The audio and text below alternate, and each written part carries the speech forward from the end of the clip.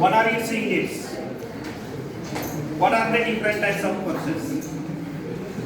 You are define the term real force and pseudo force. बघा काय definition of force? In Marathi it is said that force. It is a physical quantity, ही एक भौतिक राशी which when applied to the body, जेव्हा ती बॉडीवरती apply केली जाते, then displacement of body takes place. That physical quantity is called as force.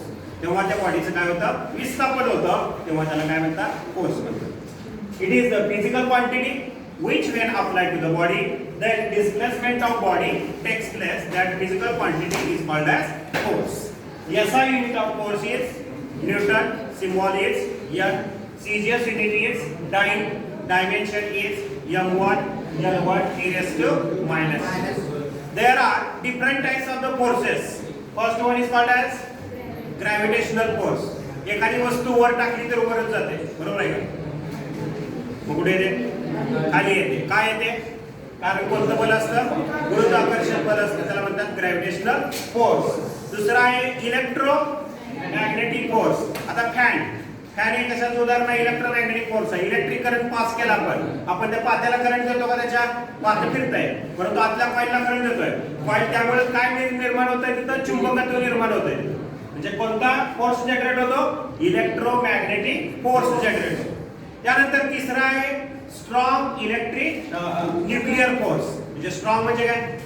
शक्तिशाली, बलाढ्य, nuclear अणु बल.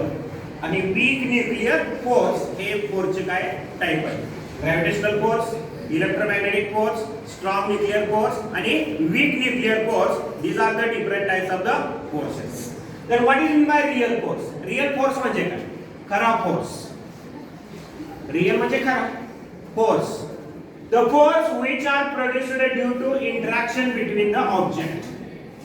दोन बॉडीच्या इंटरॅक्शनमुळे, कॉन्टॅक्टमुळे जो फोर्स निर्माण होतो त्या फोर्सला म्हणायचं रियल फोर्स. आता बघा, समजा टाळी वाजवली, काय होतंय?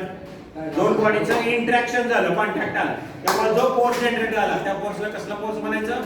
Real force. The force which are produced due to the interaction between the object, that force are called as real force.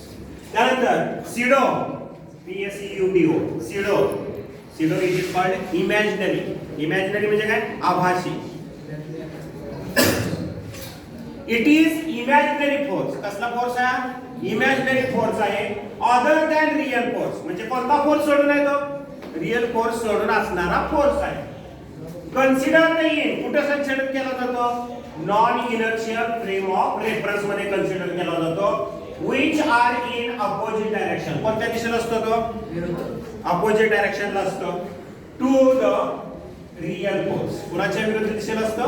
Real फोर्सच्या नेहमी विरुद्ध दिशेला असतो. आणि तो कशासाठी लागतो? To study the Newton's laws of motion in unaccelerated frame of reference. आता बघा, जेव्हा यात्रेमध्ये ते हे असतात, घोडे असतात, हा, घोड्यावरती आपण बसल्यानंतर ते घोडा बाहेरच्या बाजूला शिफ्ट होतो बघा, परंतु तुम्ही ते बाहेर पडत नाही, तिकडं पडताय का? नाही. परंतु आतमध्ये खेचणार बल आहे. आतमध्ये खेचणार बल म्हणजे कोणता फोर्स आहे? Real force. बाहेर देखील वळतोय अपोजिट डायरेक्शनला, म्हणजे कोणता फोर्स आहे तो?